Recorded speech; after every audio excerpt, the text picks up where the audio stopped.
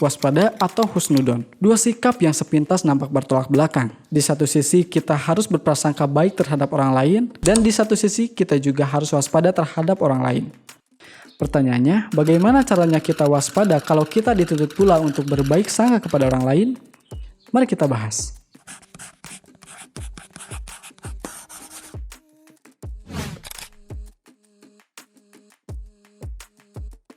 Saya sering melihat atau mendengar sebuah dialog yang cukup klise di sebuah sinetron, di mana teman pemeran utama mengingatkan kemungkinan rencana buruk yang akan dilakukan oleh pemeran jahat atau antagonis ke si pemeran utama.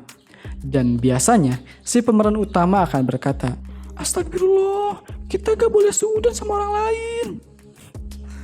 Adegan ini meskipun ngeselin, tapi dalam satu sisi juga menyadarkan saya bahwa ada sebuah perintah yang sepintas nampak bertentangan, namun keduanya wajib untuk dilaksanakan, yakni dituntut untuk tidak boleh suudzon, tapi juga harus waspada. Kenapa saya katakan nampak bertentangan? Karena ketika dikatakan jangan suudzon, berarti kita dilarang berpikir negatif terhadap orang lain. Namun kita juga dituntut waspada, yang mana hakikatnya waspada adalah sikap berpikir negatif terhadap orang lain. Saya teringat ada teman yang bercerita bahwa ia membangun bisnis usaha taksi online dengan orang yang baru dia kenal. Saat itu dia memang sangat membanggakan dengan sikapnya yang merasa bisa berpikir positif terhadap berbagai hal. Dengan bangga beliau berkata, "Andai saya waktu itu berpikir negatif, mungkin bisnis ini tidak akan terjadi." Teman saya ini memang saat itu sedang gencar-gencarnya membaca buku dan menonton video motivasi tentang kehebatan berpikir positif. Selang 2 bulan kemudian, dia cerita lagi kalau ternyata rekan kerjanya waktu itu kabur dengan membawa mobilnya. Mendengar cerita itu, saya jadi bertanya, apakah sikap berbaik sangka yang salah?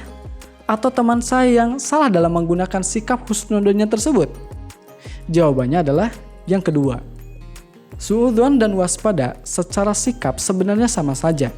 Bedanya adalah kondisi yang sedang dihadapi. Jika kondisinya mengandung unsur yang mengancam atau merugikan diri kita, entah itu harta ataupun nyawa, maka kita perlu waspada dan meletakkan sikap berbaik sangka kita sejenak. Contohnya, dalam kisah kenalan saya tersebut, jelas di sana ada kemungkinan buruk, yakni partner kerjanya bisa saja menipu. Maka di sini, sikap berbaik sangka teman saya tersebut bukan pada tempatnya dan justru bisa dikatakan naif.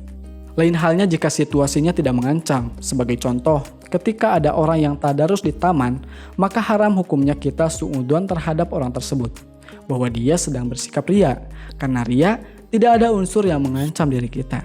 Kesimpulannya, bersikap waspada dan husnudon atau berbaik sangka meski pada sifatnya nampak bertolak belakang, namun sebenarnya keduanya bisa kita praktekkan, asal kita tahu di mana kita harus menempatkannya. Semoga konten ini bisa mengingatkan kita untuk tidak mudah menghakimi orang lain, namun di sisi lain tidak membuat kita lengah dari ancaman yang mungkin membahayakan diri kita.